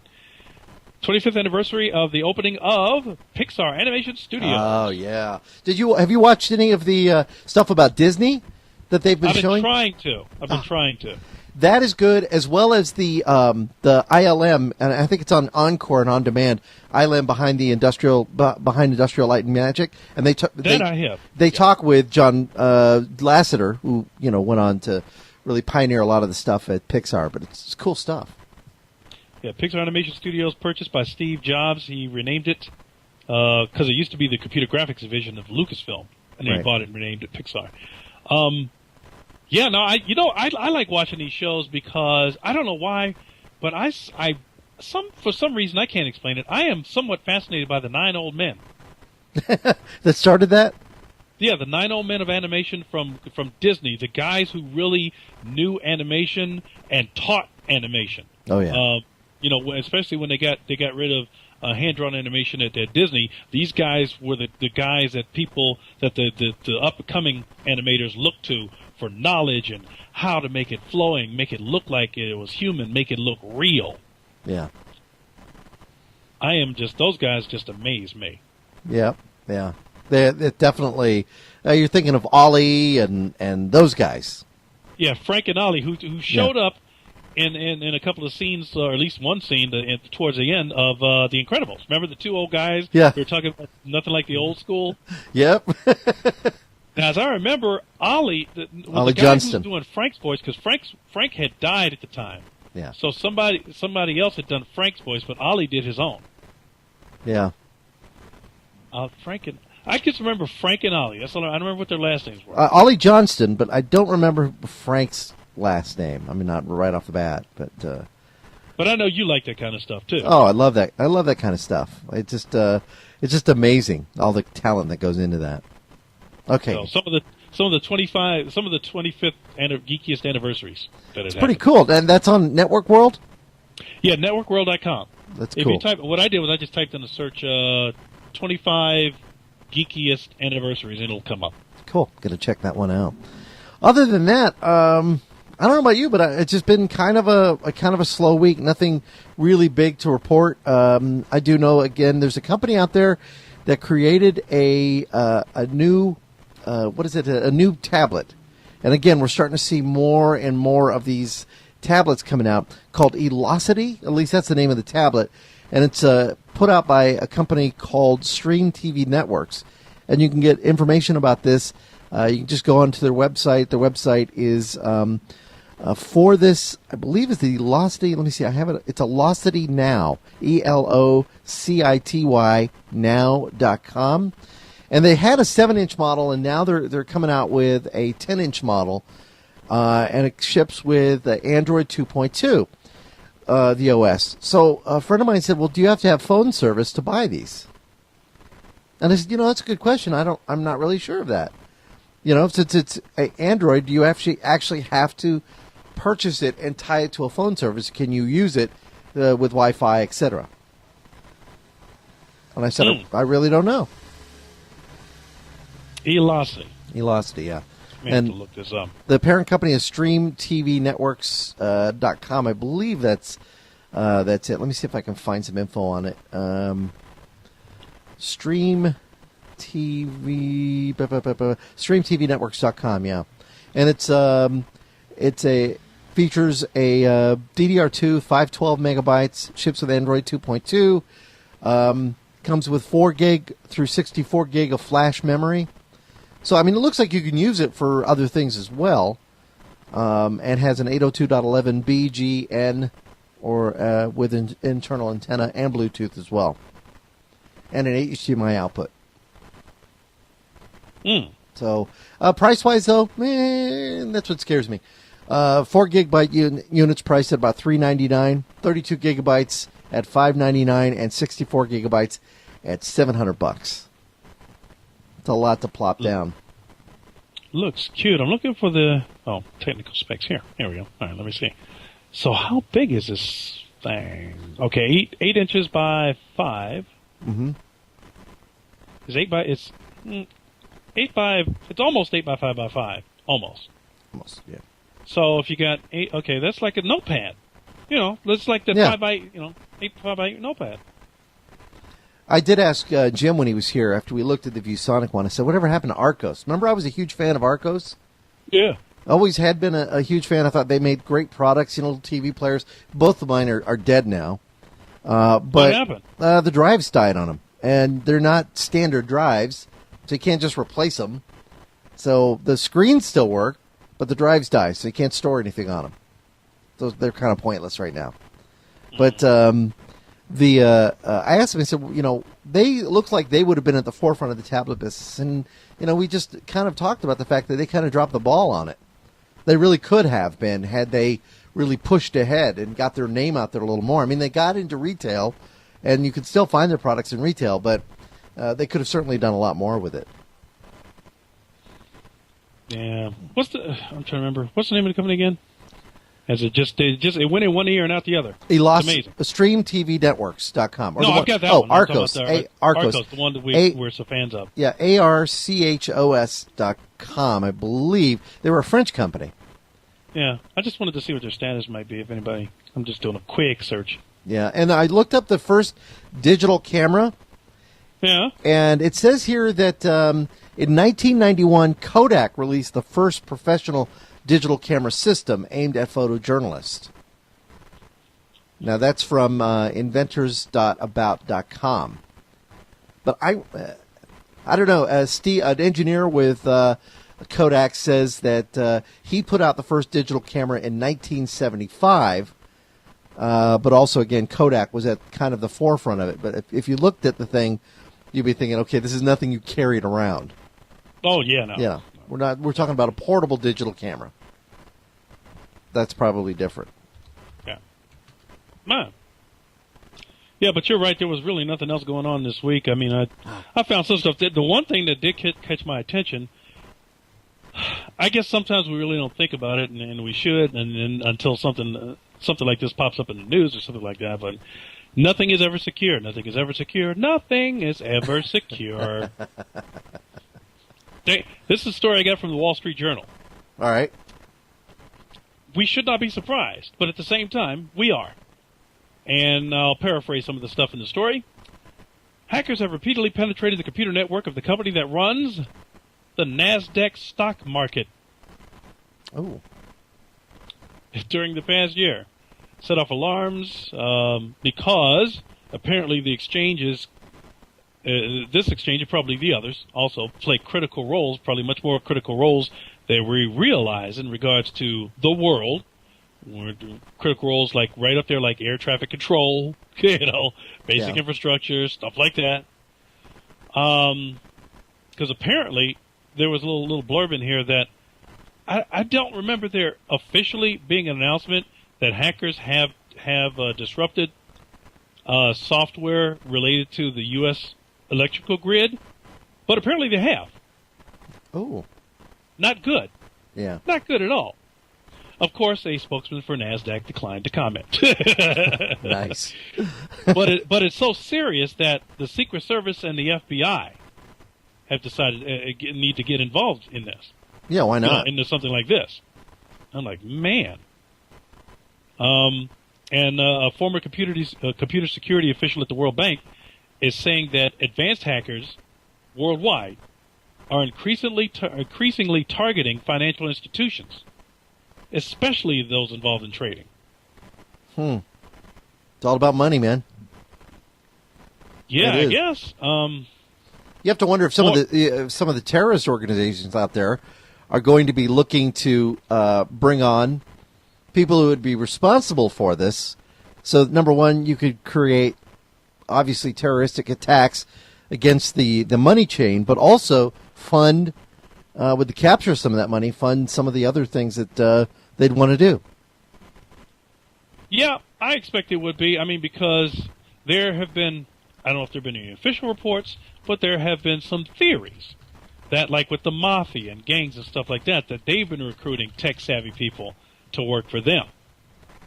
So, we can assume, they're also going to talk about cyber warfare, China versus everybody, Russia versus everybody, been defending the networks, like military networks, government networks against attacks from these types of these countries. It's a new battleground, I guess. Yeah. And it has been a new battleground, but I guess we need to be. I thought we were aware of it, but it just seems like every time something else will happen, where we got to we got to wake up again. Yeah, exactly. This is certainly, I think, the digital interface, whether it be the grid, whether it be the banks, that's going to be. And I hate to say, they told us about it in Die Hard 4, whatever movie that was. Die Hard, Die Harder. That's obviously going to be a target. Why wouldn't it be? So if your money is in a bank, and then I just on one of my friends on Facebook, I guess he had his debit card, I guess, was cloned somehow. He doesn't know how it happened, But it's just when it comes to dealing with finances, we just got to be extra vigilant now. You got to check your records online. You got to make sure that your browser is secure, your operating system is secure, you swept with antivirus software. When you go to an ATM, you got to make sure that nobody put up a scanner that can scan your cards. You got to do all of that, all of it. You got to do it all. I want to mention, it's like, and I want to get back to this because we tend to do that sometimes. We'll go and then we'll come back to something. But you mentioned about the first digital camera. And the first, and I think you said Apple, and I think you were close, and it's called the Dicam Model 1, which is also sold in 1990 as the Logitech Photoman. So it looks like Logitech was the first one to have a commercially available one. Then in 1991, Kodak brought the DCS 100. Now that's the one that I think I didn't use that one. I think I used the ones that came after that. So it was in the early 90s. So it certainly wasn't in the 80s like I thought, maybe the late 80s. Okay, so let me try this. Who had the first digital cam? First true digital camera that recorded images as a computerized film, according to Wikipedia, was a Fuji DS1P that was in 1988. And it recorded to 16 megabytes of internal memory. Right. All right. Then in 1990, Logitech had the Photoman, and it used a CCD image sensor and stored pictures digitally and connected directly to a computer for download. 1991, Kodak brought the DCS 100, and it sold for $13,000 and it had a 1.3 megapixel sensor. Don't you remember they first came out? They were like $800, $900, and the picture was nasty. It was like the size of a photo stamp. It was awful. Ooh, look, I gotta get a digital camera. Click. What is that? No, it says here in 1999, we saw the introduction of the Nikon D1, a 2.7 megapixel camera that used the first digital SLR technology. And I remember this one, and it sold for $6,000 for the Nikon D1. Oh, how the price drops. Yeah, now you could buy a digital SLR for around $500 and get pretty good performance out of it. That's kind of funny. That's the lowest you think you can get one for? I would be surprised if it was lower. It depends on the manufacturer. I think Canon has some you can get for like $389 for just the camera body and maybe one lens. Yeah. But it depends on the manufacturer. Starter system. But if you want one with a better lens, more features, then you're going to spend a few more bucks for it. Like some way off brand thing. Yeah. So. Speaking of consumer products, I feel the need to mention this today. Today's February the 5th is a Saturday. Right. Correct me if I'm wrong, but tomorrow, Sunday, February 6th, isn't there a television program that a lot of people are going to be watching? Super Bowl? Is that the one you're talking about? Is that the one you're talking about? Yes. Super Bowl is tomorrow. It shows you how much how closely I follow this anymore. I don't know. I just quit following it. Packers and the Steelers. Okay. I've been reading some comments and stories that, and it's probably true. So if you might want to consider, I'm not saying definitely do it, but you can expect, I've been told, you can expect some quote unquote really good sales, really good deals on televisions pre-Super Bowl because they're trying to get them out. So it's like a Super Bowl sale. Hey, don't you want a big screen so you can show off to all your friends and have it in the living room and see the big game on the big screen? So if you've been in the market or are in the market or want to be in the market, may not be a bad idea today to start looking around to see what kind of sales might be going on big screens or even screens, just screens in general. Oh, yeah. No, definitely. This is the time. And you know what? Don't skimp. Get what you want. If you want 1080p, don't think, okay, I'll just get it later, because the price difference between a 720p and a 1080p is very minimal. So now's the time to get those features. Get more than 2 HDMI ports. Get one USB port. Get one with an Ethernet connection. I mean, the one we got a Best Buy brand Insignia, I think is what we bought. It was $330. We've got a great deal with it. We're really happy with it. 120 hertz. It's not the 240, but we were pleased. We're very pleased with it because we don't have a lot of money, so it was nice to be able to get something that replaced the broken TV. And how many days ago did you get your Blu-ray player? Just a few days ago. And I wonder. I don't know if Blu-ray players are going to be any cheaper, but I know televisions. You might get a good deal on televisions. Well, since I mentioned the whole Super Bowl television thing, I was going back in my mind. I'm thinking, well, I wonder if you got a good deal, or the $100 deal on your Blu-ray player, because if they're going to discount TVs, they're going to discount other stuff related to TVs as well. Yeah, look for HDMI cables and all of that other stuff. And if you're getting HD and you have your television provider, make sure you spend the money on that. But you can look around for them because they vary in price. I mean, you can spend $70 on an HDMI cable from Monster, which makes great products, or you can spend, $50 to get one from Belkin, or $40. So it just depends on what. Do a little research to find out what's best. Yeah, and I understand the importance of getting good cables for good devices and stuff like that. Really good gold-plated or whatever. Whatever. I understand that. But if you don't have a great system, then you don't need a great cable, right? Right. Exactly. Yeah. Okay. I mean, but if you have HD from Comcast or Cox or Times Warner, and that's on your box, and you have that channel, or you have a stereo with HDMI out, or an Xbox, or even a PlayStation 3, then by all means, get the cable to connect to your television. Investment? Yeah, as an investment, because you're going to be able to enjoy that. It's the only way you can get HD, high definition, is with the HDMI cable. Yeah. So, yeah, it's certainly worth it. I just thought I'd mention that, because maybe I'll get to go do some window shopping. Not that I'll be at now that I know that the Blu-ray players are down on the $100 price. Now I'm going to start keeping my eyes open for the portable Blu-ray players, because that's the market I'm into. I'm into that market. You I want like the the portable, one. like I have the portable DVD player. Let's see if we got Dave online. Dave? Yes, sir. Hey, it's Dynamic. Well, I wouldn't call you Dynamic Dave. Diamond Dave. How you doing, Dave? Diamond Dave? You'll do. Long time no talk to, my friends. Yeah. You guys. Yeah, same here. Now, we were talking earlier about the Google notebook. You actually CR48. You got one. Yes, sir, it did. Now, have you read any of the reviews on it? I mean, Slick, where was that review? Was it Network World? Yeah, if you get a chance, Dave, go to networkworld.com and just do a search on the Google Chrome CR48, because they put up some likes and dislikes, and I ran through earlier mostly the dislikes, because I thought the dislikes were really important, and some of them a deal breaker for me. Right.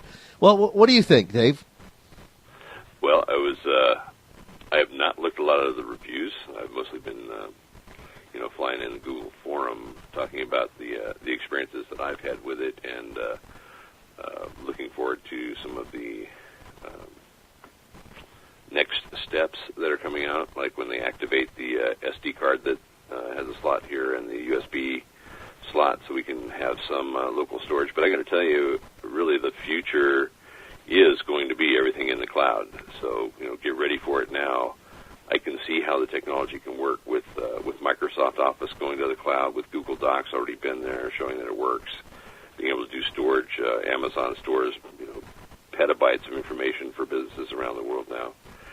Once we've got software actually running in browsers, in HTML5 browsers, I don't think that's going to be an issue anymore. Everybody's going to be happy to have their information in the cloud, not have hard drives on your desk, not worry about backing up. Everything's going to be done for you. The technology getting there, it's a little rough right now. That's why it's called beta. Well, do you think the reason they didn't enable that SD slot was because they didn't want people wiping their OS, or wiping the idea of using that and booting up to an Ubuntu drive or something like that? Not really. In fact, they're encouraging some hacking, as it were. Just jailbreaking these. You're more than welcome to. They've already given you the codes and the developer information that you need to program on this. There's a switch inside the computer. You can flip it, and you're literally running in developer mode, which it's kind of cool. I'm not the great programmer, but my son Josh Lightman, he also got one of these, and he's just been having a blast with it. Checking out all the the latest things. Most of the stuff that I do is checking out what other developers have made for it and see how many things work, and try to break it as often as possible. I'm pretty good at it. I'm good at breaking things. I didn't get one. Now, when you got it, they didn't send you a note. All of a sudden, it was just on your doorstep, right? It was pretty awesome. We were watching the Google release, talking about these laptops and how they were going to send some out, and they flashed up a website that you could go to, and within a couple minutes after that happening, I was at the site signing up. My son was at the site. All my friends were at the site, and that was it. We just we sat back and waited and figured we'd hear about it in a couple of weeks. 2 days later, a package shows up, a plain brown package, and it wasn't even wasn't even on my radar to get this thing. It wasn't shaped like a laptop box until you got inside of it and opened it up and found the mouse running the wheel on the box, and then I just couldn't even believe it was going to be that. And I cracked it open, and there it was. Wow! And I'm sure you've seen them, whether on the web or otherwise. They are completely autonomous. They're black, no stickers, nothing on them. In fact, the only thing that you can find is if you pop off the rather large battery off the bottom. This particular beta model is called Mario. You got Mario. Ah, yes. That's right. I can't wait for the Luigi to come out. Now, how long do you get on that battery? Is it pretty good? The way this thing works, there's no hardware being run off of it. There's the only thing you have is the backlit screen. There's not even backlit keyboards. So for me to get 2 or 3 days out of it, is not unusual. I can stream stuff from the web. It's not. It just doesn't seem to be very power hungry. But the battery itself is actually almost a half of the size of the bottom of the laptop. Right. The other unusual thing about that, though, is it's a light battery, even though it's huge. So I guess if you just turned it on and left it on, I'd be surprised if you didn't get a good 24 to 48 hours on it. Amazing stuff. Now, do you have to send that back when you're done, or you get a... No, I think if as long as I stay within their agreement, which is pretty open-ended, yeah, and I don't try to reverse engineer and sell this thing, they won't send a little piece of code through that kills it. Oh, they can do that. Ouch. I just get it. I mean, as far as I can tell, we'll be hanging on to this forever. As long as we've got it, we're in the beta program, I guess, until it breaks. Yeah, that's kind of cool, though. And I'm sure that your son, who actually has a repair shop there in the Coachella Valley, I'm sure that it's got to be cool because people can come in and actually get a look at it and see what it looks like. Yeah, well, if he was still at that repair shop. Oh, I didn't know that. He's actually out on his own. He's doing Operation Web. I don't know. I guess I can plug him a little bit. He's doing web work for companies to help them be found on Google searches easier. Right. A little SEO. He spends his time fixing their website so that all the links and stuff work through the company. Oh man, I've seen some nasty ones. I do that as well, and it's amazing when you see a website that has broken links or. I got an email today from a company that sent out an HTML website, and it was basically just copied off their web page, not understanding that links do not work if you just do it that way. You have to kind of create it for the email, and then it will work. But it was kind of a shame. yeah, it's funny that way though. All right. The other thing, have you guys been to or seen the Google Lab, the demo lab, where you can tell the technician there how you want the Chrome to be destroyed? No, I haven't. Slick, do you know anything about that? What's that? Oh, I'm sorry. No, it's not you. It's me. I had to mute on because you two were talking. Yeah. No, I hadn't heard about it at all. Enlighten me. Hang on a second. I got to pull up the website. You guys chat for just a second. I'll get it for you. Hold on. All right, cool. He's going to pull it up. Pull up We'll the website. just talk amongst ourselves. Yeah. We'll do the chatter they do in movies. Yeah.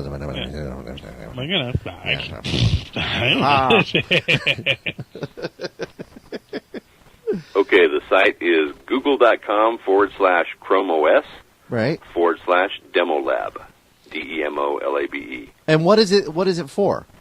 Well, when you get there, it gives you the impression that you have a webcam looking at one of the CR48s sitting on a bench, and then a little pop-up box in the Chrome fashion talk box pops up, and the technician asks, "Well, what do you want me to do this thing?" And so you can type in like shoot it, and he goes, "Okay, I like that." And then the video switches over, and the guy comes up in a lab suit, picks it up, takes it into the room, pulls out a 45 and puts 4 slugs in it, completely destroying it, of course, and then comes back and brings another one out, sets it down, opens up, and you continue your work.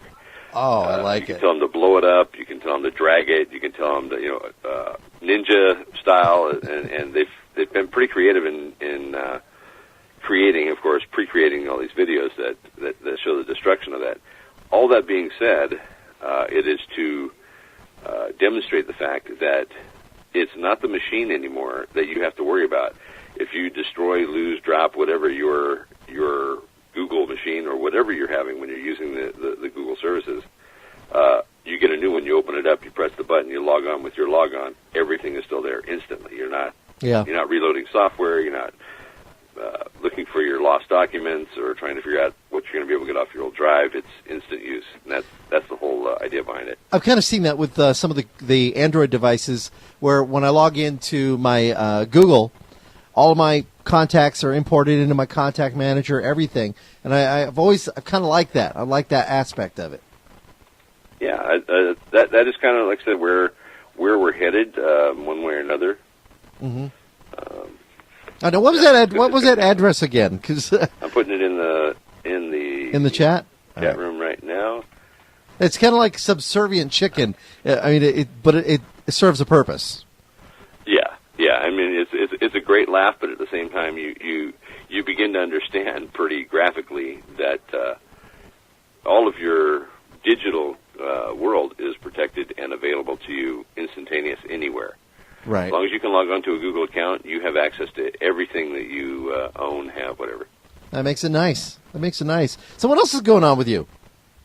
Well, besides this nasty cold that's been going around the Coachella Valley this past few weeks, seems like everybody's got the flu or some form of it. Yeah. Just work. I've been doing a lot of work. I've got a 150 user network base now, and that with two of us working help desk, as it were, on that, it keeps us pretty stinking busy. Wow, amazing. And a lot of fun. I mean, I spend a lot of time doing tech research, and I'm probably have 400 or 500 feeds a day, kind of like Slick. I make sure I look at everything. So you've got a little piece of every technology, from cars to computers, stuck in your head somewhere, and if somebody asks, you can kind of pull it out. And hopefully I'll be doing more reviews and getting them up on the blog. Very cool. Well, we'll definitely keep an eye on it. We like your last post, too. That was very cool. We look forward to more stuff from you. Thanks a lot, Dave. Thanks, man. You guys take care. Have a great day. I'll be in the chat room. All right, buddy. Talk to you soon. God bless. Thank you. All righty, buddy. All right, cool. Yeah, I had the wrong volume pot on there, so that way he couldn't hear you at the beginning, but could at the end. So that looks pretty cool. I love this website. Have you done it? Have you told him to do anything yet? No, I can't get there. I put in google.com/Chrome OS/demo labs. Right. Nothing. Here we go. See what he does. I just told him to set it on fire. He's picked it up. He's carrying it into a different room now. Let's see. He's putting it on something that has some ash. He's putting it on an oven, and it's burning. This is great. Really cool. I'm getting nothing. Nothing at all? You're doing it's I'm Google. 404. Google.com/Chrome OS, CHROMEOS/Demo Lab. Well, he put plural in the chat room. He put Demo Labs. No, just do Demo Lab. This is pretty neat. Let me put drag it. He just didn't want me to get there, from that's a all. motorcycle. I bet you they won't do that. A user with a dark side, he said. All right, he comes in, turns it off. I think it's great. It does it makes a very good point. He's hooked it up. Oh my God! They actually hooked it up to a chain, and they're dragging it. This is great. This is a wonderful, wonderful, wonderful thing that they're doing. I don't know, when Subservient Chicken was out, the Burger King one, did you ever tell the chicken to do the most obscure thing, and he would look at you and say, "I'm not doing that"? I'm sorry, I couldn't hear you. That Lab Tech chat window opened up. It says, "Welcome to the demo lab. What do you want to, Right. It says, "Are you in?" And I answered, and I said, "Yeah," and then the laptop exploded. Yeah, and it says that was her best explosion. Then he'll continue talking to you. So you have to say yes, and then he'll continue talking to you. Now, who's actually making the laptops? Who's the manufacturer? Do we know? I mean, is it Google themselves? No, I'm sure they're not doing it. They probably have somebody building it. How should we destroy the next one? Let's see. We did fire, water, explosion. I'm going to say baseball bat. Baseball has been very, very good to me. I just told him drop it from an airplane. This is really fun. Can you suggest something else? He's dropping. What did you tell it to do? Baseball bat. I'm going to say with a brick. And he just dropped it from a building instead of an airplane. But can't do that. Yeah. Rock, paper, scissors. I don't know what. I like it. It says, thankfully, everything's cloud-based, so all of your information is untouched. New devices in place, suggestions. So that way you log on and there's all your data. It's kind of nice. I put in rock, and they put it in a slingshot. What, do they think they're down on the border? I don't know. I'm going to get out of this. Thanks, but... Dave said it was shipped from Virginia, but it says product of China on it. Great. Great. Well, it happens. Yeah, that is hilarious. Well, thank you. Thank you for that, Dave. That is good stuff. And we're coming up towards the end of our 2 hours. I've got to put some coins in the meter. Anything going on this week, Slick? I mean, obviously, the pre-sales for the iPhone have been really good. Which is making a lot of Verizon users nervous, wondering just how much of a tap that's going to have on the infrastructure. Yeah, I don't know. I don't think you should worry about it. I mean, we'll find out, won't we? Now, you may want to double check my remembrance on this, everybody, if you're interested. But I thought I read a story today, a headline where they said that all the pre-sales were sold out. Oh, sold out, really? Ooh. The pre-sales, right? Right, the pre-sales of it. So, I mean, if you're really interested, do the research, do a search and see what comes up when you do Verizon, iPhone, that kind of thing. But I believe I read that the pre-sales are quote unquote sold out. What do you think about the commercials that have been on the airwaves for Verizon, showing them basically combined now? Yeah, I think I saw one. I saw one where they had the two iPhones up. One was an AT&T and one was a Verizon, and they were doing the same thing on both phones. Right. Okay. Well, I mean, we'll see. One of my concerns was talking to some other people who have used iPhone on AT&T and knew about some of the differences between the AT&T and the Verizon network. I don't want to get too deep into this, so let me just gloss over it real quick. That with GSM technology, you can use voice and data at the same time, but with other technology services like CDMA and that kind of thing, you cannot. So, I don't know what technology Verizon's using, but I assume you have to, I mean, Apple demanded that you'd have to have the same experience, meaning you'd have to be able to use voice and data at the same time on the Verizon network. I don't know of any other phones on the Verizon network that do that. I'm not saying they don't. I'm just saying I'm not aware of it. Well, I went to their website, and it says iPhone 4, Verizon, it begins, we are no longer taking pre-sale orders. And experience yours when it comes online on the 9th, or is it in the stores on the 10th at 7 a.m.? And not bad. Pricing, it's $199 for 16 gigabytes. Which, if you were, with a 2-year deal, you're going to have to sign a 2-year activation deal with DataPack. I was always wondering when the providers were going to get out of that 2-year activation. I guess you can get out of it if you buy the phone full price. Oh, absolutely, yeah. Yeah, but a lot of people will just say, no, I want to save it, because then even if you pay full price for it, if you go to another carrier, you're going to have a brick, basically, unless you get it flashed or whatever. There's a story that I had heard about on some of the cable news channels too, which I just remembered now. So I haven't had a chance to look it up. But there was some discussion about wireless cell phone service providers capping or limiting new accounts. So, like, if you have an old account and you've grandfathered in or something like that, unless you change to a new phone or something, that you have unlimited data, and they don't cap you and say that you can only use this certain amount of data within a certain amount of time. But with new accounts coming on now they're saying, there's almost no such thing. Again, I got to check the story, but there's almost no such thing anymore as natural unlimited data accounts, that you're going to be capped consistently. And if they feel the need, they will throttle your service if they feel you are on the network too long or using too much of it. Right. I don't know about you, but I wouldn't. I mean, I have an unlimited account with Sprint. I've gone, back to Sprint again, and I've never had an issue with it saying you can't get on Facebook, can't be on Facebook, can't be doing this. Never have. I have never had a problem texting, not even with phone as well. So I don't know about that. Now with other providers, maybe. But again, I'm not the kind of user that is streaming television or Pandora or those other features to my phone. I'm going to be sitting in front of a computer when I want to do that.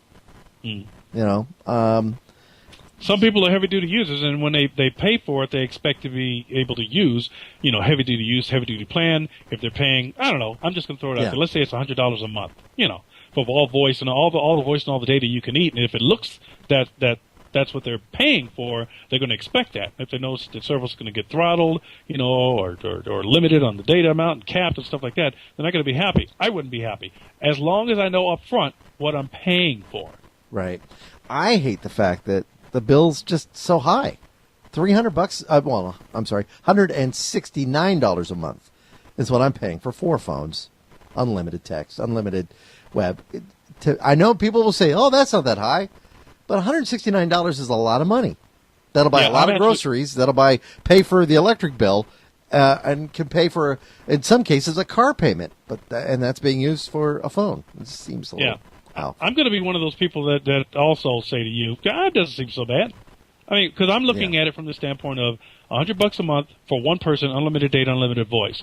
You start to add extra, accounts on it, and you want the same type of service. It seems to me, and I haven't been shopping, but it seems to me not unreasonable. Yeah. Yeah, maybe so. I don't know. Well, other than that, I'm trying to think other things that are happening this week. Super Bowl, watch for the commercials. Intel's not going to have commercials this year. They didn't want to spend the money on it, from what I understand. What are they going to promote? The fact that they had some chips recalled? Ouch! It's the truth. Yeah. It's the truth. I mean, if you don't have good news, no sense in broadcasting the bad. Yeah. Well, they're not going to be on. I know Chevrolet will have some. There should be some interesting commercials this year. I'll be looking forward to that. Yeah, eventually I get to see the commercials, so I'm not so much worried about that. I guess the Black Eyed Peas are doing halftime.